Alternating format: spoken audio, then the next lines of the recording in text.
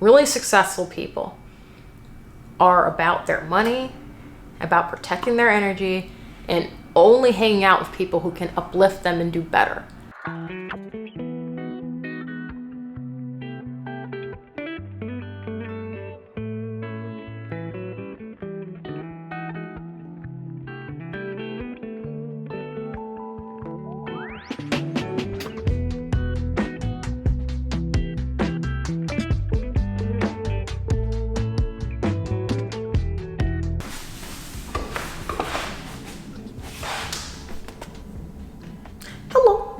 Everybody, this is Kelly Stamps. Welcome to my fall Getting My Life Together video. For the past few years, I was mishy and lost, but now I am found. I am not just supposed to be the comedic genius online carrying YouTube on my back, but I am also supposed to be a scholar. I am so excited to trade internet validation for academic validation. You know, I love being self-aware. I'm so toxic. By the way, this microphone is not actually on, it is a karaoke mic. These are some funny but simple tasks I have for my time here and forever in California. Number one, is literally a list. It's a list. I wrote this on the plane. Go back to a simple wardrobe. I already dress pretty simple, but I mean, way before this started, way before y'all met me, I was wearing black t-shirts and jeans with a hoodie, or a white t-shirt and jeans with a leather jacket, and Converse. That was my go-to. Converse are just so comfortable. And I don't blame myself for, experimenting with wardrobe. And I say this, take it with a grain of salt. Don't think I'm trying to purposely brag here. But I collected a bunch of designer stuff in the first year of money making on YouTube. And I mean like extreme. I, for some reason, did that. Everyone does this, whether it's like cars or things. Everyone goes through their logo phase. And I'm embarrassed looking back at that. And I'm glad that I can at least come on here and admit that, because I did this all publicly. Many people go through phases in life, but they don't have the pleasure to put it all online, have people judge you and stuff, But that's not who I am. I did always have a little piece or two of Chanel, but I wasn't, like, my whole wardrobe wasn't Chanel. And the funny thing is, when you move around so much like I do, you start to realize that half of those investments or purchases weren't really great investments in the first place, because now you're stuck with stuff. Like George Carlin said, you have stuff, then you get a house to put that stuff, then you have to get a car to put that stuff, then you move that stuff to another stuff. Stuff. Okay, number two. And we're gonna talk, by the way, about jewelry in a second. I got this amazing jewelry. Do you see this? Amazing. We're gonna talk about this soon. This video is sponsored by Mejuri. Okay. Number two, don't wait to be happy. We're gonna have a discussion later, or probably tomorrow because the sun is setting, about gratitude. And not waiting for another milestone to hit to be happy. Being happy now and being grateful. Like, I'm grateful to ruin my life soon and be very stressed out in college. Number three, stop being nice. Fall, girls, we gotta stop being nice this season and forever. Number four, eat more tiramisu. Ow.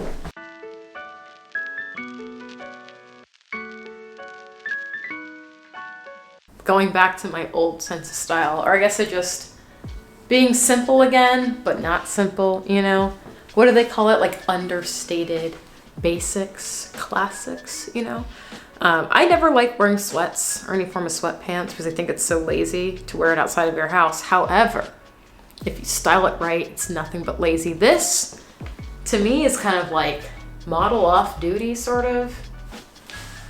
There's a surprise in the back. This is kind of like wearing a really warm Christmas sock, but a sexy Christmas sock, a Hallmark movie that's rated PG-13. Continuing on. So this jacket was a gift from Farfetch. Beautiful jacket. This goes with everything. A leather jacket is just a staple, or a faux leather if you're vegan. Love you. Vegan Stampede. This is a favorite set of mine. I can't really wear it yet because it's not warm enough. This is from this brand called Weekend Stories. This was a gift from Revolve. Hey, Revolve. And you can't really see it here. I'll attach a TikTok. I think I have a TikTok. Maybe I'll put it over there if I have it. Do you see it? Okay. I hope it's there. If not, that'd be really awkward if I just moved out the shot and there was no video there. But this has this second skin material.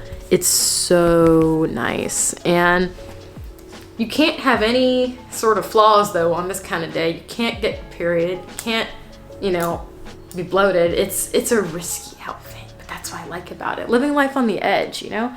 This helmet laying dress, which I've worn only once so far on a date, actually here in San Diego.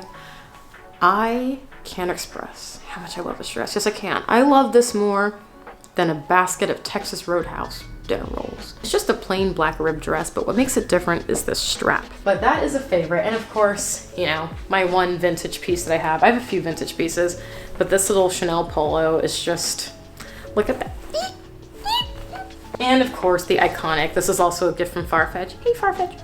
This is from Victor Glamode, not sure how you pronounce his name, but he's super cute. I follow him on Instagram. My favorite website, Los Angeles Apparel. You know, problematic American Apparel. We love her though because they never miss. They never miss with their weird disco clothing, but they have the best leather items. This little mini skirt, seriously, is just to die for. And it has shorts built into it. That's what I like about it, is that I don't like to wear skirts too often because I'm always bending over and stuff. Not like that, I mean like bending over, picking up stuff. And it has shorts underneath. It fits perfectly. It makes my butt look bigger too. I'm like, BBL.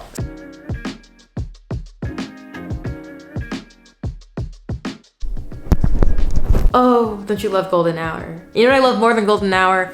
Affordable, beautiful jewelry. Get out your notepads. Mejuri is having their only sale of the year and is perfect for minimalist or a minimalist type of fashion girl like myself because it is simple, dainty, yet it's enough to make you stand out. And most importantly, it's affordable, fine jewelry. This is my favorite ring right here. This is just like this one, 14 karat yellow gold. Beautiful set. But before I show you the necklaces that I got, I just want to throw in one thing here. Mejuri has responsible sourcing. And with this sale, just so you know, you get 20% off with a minimum spend, which I will show here in one moment. If you're in Canada, the minimum spend is 150 Canadian dollars. If you're in US or Europe, it's $150 or euros. Australia, 150 Australian dollars. Whatever y'all use. And then, sorry, that's supposed to be an Australian accent. No! In the UK, it's 100 pounds. In Germany, it's 125 euros. So this is what I'm adding to my shopping cart for the sale. This is a basic, but not basic, how dare you, 14 karat yellow gold necklace. Let's say I want to dip back into my East Coast little, you know, Gilmore Girls type of era, just for a minute, you know, we're not going all the way again. This is their tiny pearl necklace. This is made of gold, vermeil, and pearl. And here's a more dainty tank. This is the mini pearl pendant. This one is also just as cute as the other, but it's kind of like the two combined. All right, this is my favorite of the bunch. So this reminds me of home. Why does this gorgeous curved chain necklace, and 18 inches by the way, sterling silver, remind me of home? Well, A, all the hot people, for some reason, on Abbott Kinney would wear these. I never owned a chain in my life. I'm so grateful. Thank you, Mejuri. Thank you. Thank you.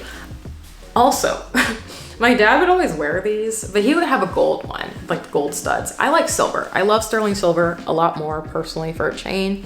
I am gonna look so cool when I wear this. People are gonna think, wow, that girl, yeah. And to end that, actually, going back to borrowing from the boys' closet, this is called the Boyfriend Bold Chain Necklace. This is 14 karat white gold, okay? This would actually look great paired with that one, or you can wear it by itself. Doesn't matter, it looks great either way. Do not forget to use my affiliate link in the description box to shop the things that you just saw, anything you want to get for yourself for the sale, maybe your friend, maybe yourself. Self-care first, you know, just use the affiliate link, okay? And happy shopping. Goodbye. Isn't this cute? This is from Tokyo Central. I don't know what it says, but I think that's supposed to be a Shiba Inu or some sort of cat or the pushing toy. I love San Diego, if you can't tell. I love being back home, but it's kind of different when you have big girl money and you get your life together and you suffer with going back to college as an adult because, you know, I'm paying for it. So I have no option to be interested and be like, oh my goodness, I love derivatives. That's crazy. These are so fun.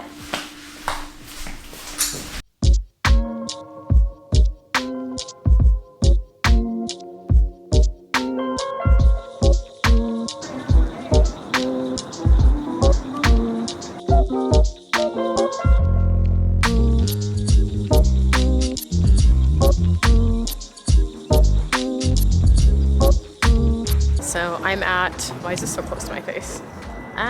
Starting off my Kelly Stamps 3.0 wardrobe. I went to Aritzia and I got some really cute stuff, including this puffer jacket. Oh, he's so fluffy. Oh my goodness. May I pet him or her? Hello. Yeah, she. Hello. Hello.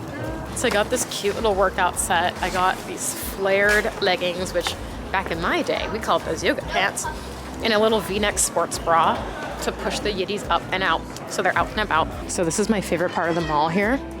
Should look familiar for you East Coast viewers, but I love this mall. It's beautiful. Reminds me of Century City in Los Angeles. They have some favorites. Raised by Wolves is right there. It's apparently some really swanky bar, which I've been meaning to go to. So I'm gonna go ask my friend Monique, hey Monique, if you're watching, to meet me so we can go there, because apparently there's just nice cocktails. And if I'm gonna get Mishi, it needs to be on a nice cocktail. But this is the mall. I went to Aritzia, which is over there. Reformation's right here. I don't need anything out of there. But yeah, look how beautiful this lighting is. All right, I'm bored now. I'm gonna go home. All right, hello Stampede University after hours. It is time to have the discussion that I've been waiting to have with you guys since I was on the plane here, since I landed. When I went through baggage claim, I went to Carl's Jr. I was like, oh, I can't wait to tell the people. I'm gonna talk to you while I do my laundry. I said that I would talk to you about my mindset shift. Two things have happened. A, I stopped being nice, and B, I started receiving blessings and being open to receiving those blessings and being okay with just accepting good things and knowing that life is unfair for others and I can't help them. So to roll this into one, basically, I had this realization as I was, living in Connecticut. This was a big deal, by the way. I'm really glad and thankful for this experience of putting myself up there a little bit outside of the city and meeting someone who I really am still fond of. Basically, I was like dating somebody, and shortly, literally 2 days after I made that video about single, celibate, and introverted, I met somebody really awesome. Let's call him, what's like a good name? Gage. There we go. Let's pick the name Gage. Okay, Gage is a fictional name for a real person who I was like seriously seeing for a bit. Well, not seriously, but I mean, in a nice way where it was like we both entered it as, I don't know how long this is gonna last, but let's just enjoy each other's company, really nice. And I've never actually been open to that experience before. So let's go back to that. First of all, the best way to meet people, the nice way, and this was organic, completely organic on Greenwich Avenue. He's got money, obviously. So I was like, I'm kidding, not kidding. Great husband shopping spot. But we met, super charismatic guy, Italian. So he's Italian from New York. Highly educated, polo playing, like serious dude. A little bit older than me, obviously. Always go older. Always go older. If you're in my case and you're just over it. You just want to get you want to be a MILF tomorrow. Like Lulu, Range Rover Mom, MILF without the M. MILF without just kids, no kids, just PILF. Just a plant owner you'd like to. This has to do with my story, I promise you. We hung out a lot. And we would hang out at the Ginger Man, We would go shopping, we would just walk around, hang out. And basically, seeing his demeanor and everything and how he handled conflict when he was with me made me realize I am way too nice. Okay, I already knew this, but really, he kind of reminded me, I love Italians for this reason. They're very just straightforward. The New York Italians, it's just very about his business, no BS, can sniff through BS right away. And basically, I guess entering this little short-term relationship made me realize that I need to seriously stop being nice to people. And without giving details to everything, conflict happened, with our food, our service. And he noted something, which I'm going to talk about, which is that when we were together, he's very good looking. Everybody wants this guy. He's hot. He's Italian again. May I remind you, polo playing, just ultra wealthy, elite. And he picked me because I'm cute, but I'm also funny. And women watching, this. When you got a guy like this, women swim around like sharks, okay? But there's a different type of person you need to watch out for. Not the ones who are being very direct with you, I'm gonna take your man, the flirty, forget them, People are gonna flirt with your man, be grateful. That's the way I see it. Yes, this is good. I want to know that my person's wanted by other people. There was someone else that we both noticed, which is the insecure type of person. Whether it's a guy or girl, whatever. Insecure. So insecure server. insecure person at the store that we went into at Saks in Greenwich and this other store, they were trying to size me up, okay? He immediately called it out and was very vocal about it. I am someone who's just kind of like, whatever, you know, roll the eyes, walk away. He immediately went up to the server person and was like, are you effing kidding me? Are you kidding me? So there was, you know, I thought it was a misunderstanding, but now that I went back and looked at it, again, he's really can spot everything, you know, just authentic person. He thinks that this girl purposely was trying to put me down because she was jealous because, you know, I'm with him and we were just hot together. And basically it's like a jealousy thing. Something happened where I went up to her and was like, oh, excuse me, can we like get silverware or whatever? She goes, oh, it's like under the table. I said, what do you mean? She's like, don't you work here? I was like, oh, that's fresh. I thought it was a mistake, but I wasn't wearing black. I had on like a really nice outfit. You know I didn't work there. She knows I didn't work there, right? So this was classic shade, but this is shade from someone who wasn't like, you know, on his level, on our level. And that's the part they also need to accept. I want you guys to know this. It's okay to know that other people are not on your level. And I'm not talking about like, you know, attraction or money or anything like that. I mean, you know, in the world, you know, the animal food chain. This is going to sound so, forgive me, this is not supposed to be like Andrew Tate at all. Basically, this girl is trying to size me up, okay? Insecure people, just like when you're dating, insecure men, I'm looking at the battery, will try to either bring you down to their level or crush you to make you question your worth so that they can, you know, get with you down here because they can't meet you up here, right? Without all the details, just know that I'm right. I'm telling you, like, short version of the story. What I liked about him is that he immediately came to my defense and was loud about it. My role was to relax in this relationship, which is it's always been this way in my relationships. Like my real long-term one, I relaxed and he fought for me. Even in my everyday life, I relax. I don't raise my voice at people. I just hire a lawyer or pretend to hire a lawyer because that's what elegant people do. You don't get your hands dirty, right? Anyway, so I'm just saying it was very attractive how he stood up for me. But this happened a lot when I was with him. Not alone. I mean, it happens when I'm alone too. So I'll tell you about when I was alone. So I'm supposed to be folding, sorry. So this story gets even crazier. When I was moving to my little, you know, thing in Connecticut, let me explain the geography in case, I know I have a lot of international viewers. I was looking at my analytics today. I have some UK viewers, hello, and then I have a few in Europe, whatnot. So Connecticut is basically really rich or really poor. There's like no middle class. There kind of is, but no one really cares about them. So you're either really rich or really poor. I lived in the old money, really rich area in an affordable place that was kind of hidden. And pretty much everyone's maids live on the other side of the highway. Now, this is a very unique experience as a woman who, you know, is rather young and also, you know, like I said before, yeah, I'm a minority, but there's nothing minor about my existence, okay? But in this area, it's predominantly old people who, you know, you can assume what they look like. So anyway, I fit right in though, because I kept up, again, me and my guy, Gage, you know, we were just on the same level, you know. You belong in certain scenarios, right? So anyway, when I was moving, had a moving company, great moving company, but the guy, there's a name for it, the person who's in charge of it, foreman, I think their name is, the guy who was in charge. When he picked up my stuff from Manhattan, he did this thing where, this is kind of back to what the server was doing with me. They try to bring you down to their level so that they don't feel like subservient, you know? I'm gonna get more specific here, okay? Because whenever I finish filming, I edit my videos, I realize, oh, I should have said this. So let me say this more clearly.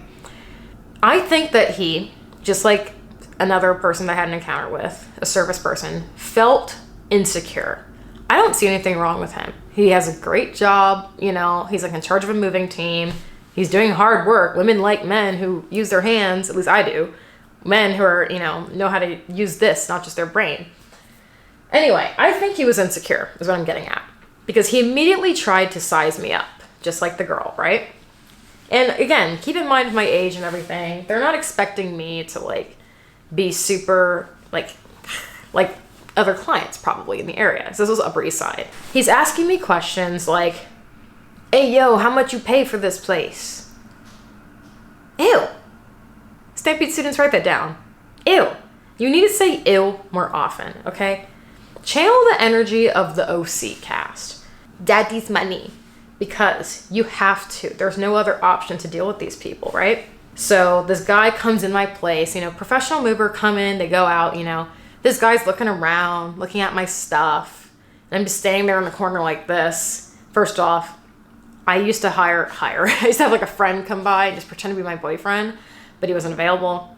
So I'm just there by myself. The mover is supposed to be like in and out. Everything was already packed. Okay, I just had to be there. Now my neighbor offered to help. I should have taken his help, But I didn't think about that. I thought it would be really quick. All he had to do was pick up the boxes and go. But no, he was just like, hey, yo, that's a nice kitchen. Like, hey, so like, what do you do for fun? Aren't you the mover, And I said, oh, I don't have fun. I work too much. He's like, oh, man, what do you do? I just lied my ass off. I said, oh, I'm, what did I say? I said, I sell software. I'm like in charge of a team, so I'm really busy. And I pretend to take a call. So I'm like, earbuds. He waited till the fake call was over just to ask me more dumb questions. So anyway, pickup was weird, asking me questions, but it wasn't too bad. So fast forward 3 weeks later, he drops off my stuff at my new place with the different mover. The mover calls me. I said, hello? He goes, hey, good morning. I said, who's this? Because I didn't recognize the number. He goes, it's me. His name was, gotta change the name for the story. Jorge. It was very close to that. Jorge. I'm like, oh, hey. It was like he was calling like it was my friend. He's like, hey, how you doing? I'm like, who are you? Anyway, so he's like, yeah, I just want to check in and see how things are going. So I thought he was actually just calling to check in. I said, oh, I don't know. Like I've moved for sport 10 times. It's fine.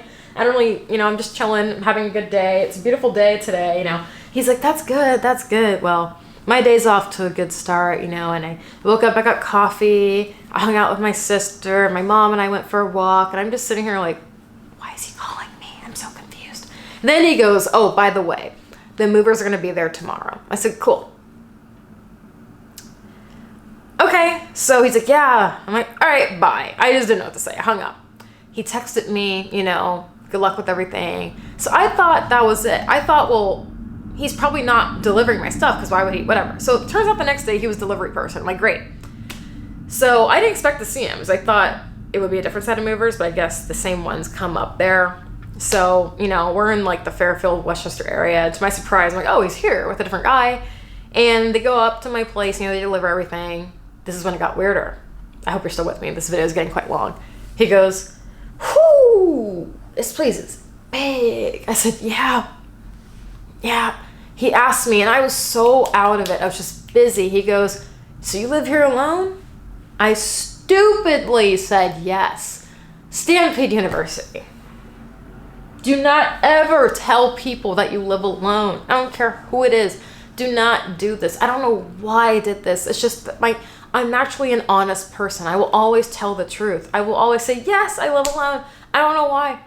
I just wasn't thinking on defense mode, okay? After the thing happened with the girl at the restaurant, with my man, Gage, whatever, and more stuff was happening because everyone was jealous of me and jealous of this weird situation, then I started to pick up on stuff. But this, honestly, from the bottom of my heart, I just told him, yeah, I live alone. I love it here. It's so fun. It's great. It's like one office I work in, one bedroom I chill in, the other one I realized, oh gosh, I'm saying too much. He's like, wow, I wish I could afford that.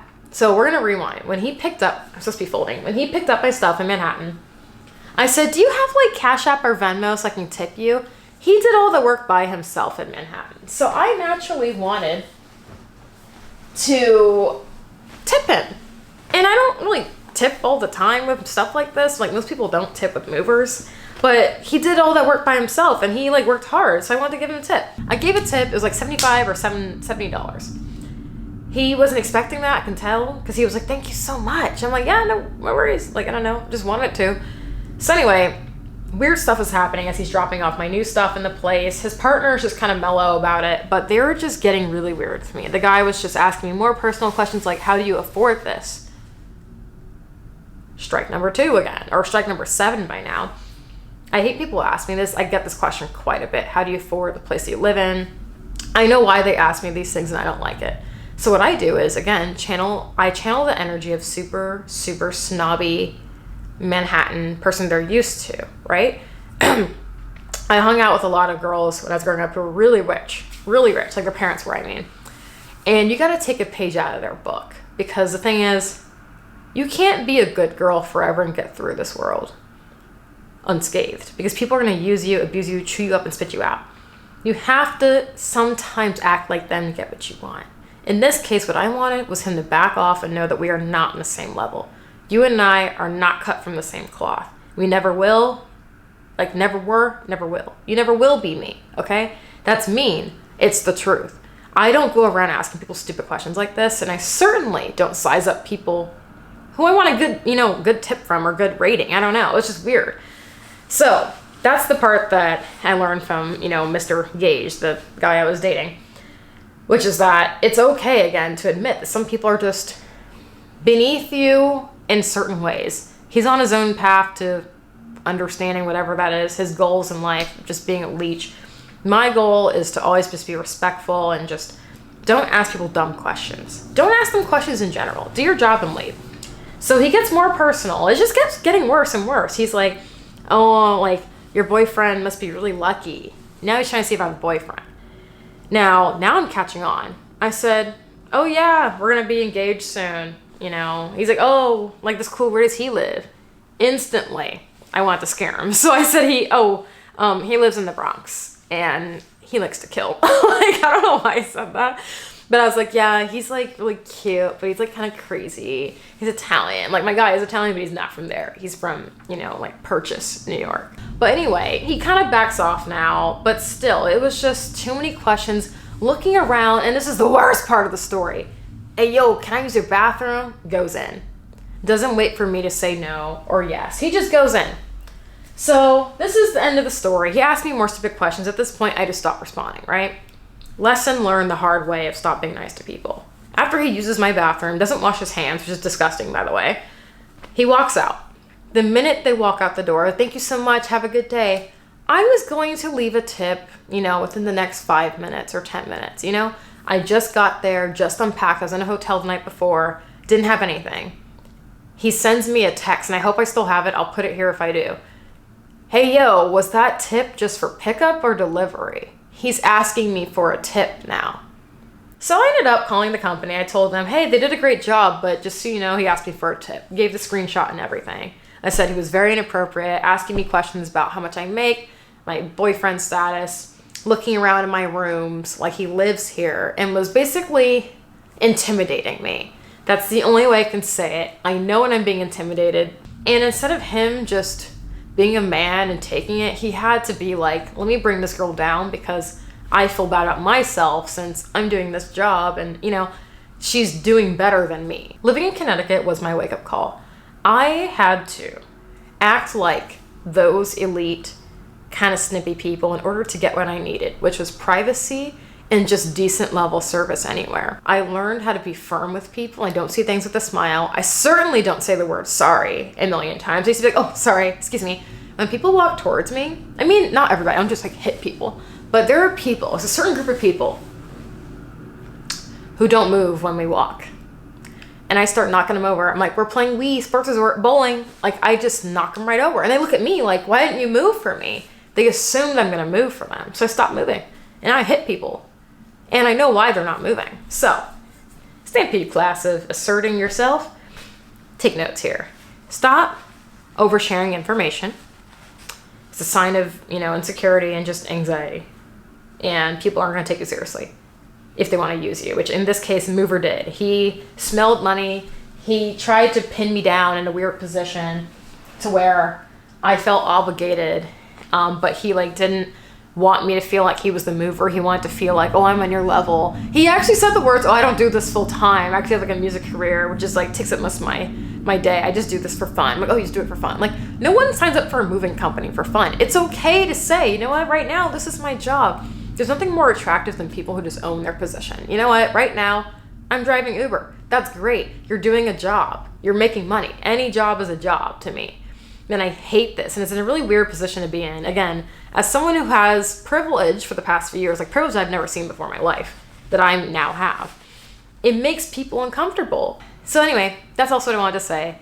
I allow blessings to come to me.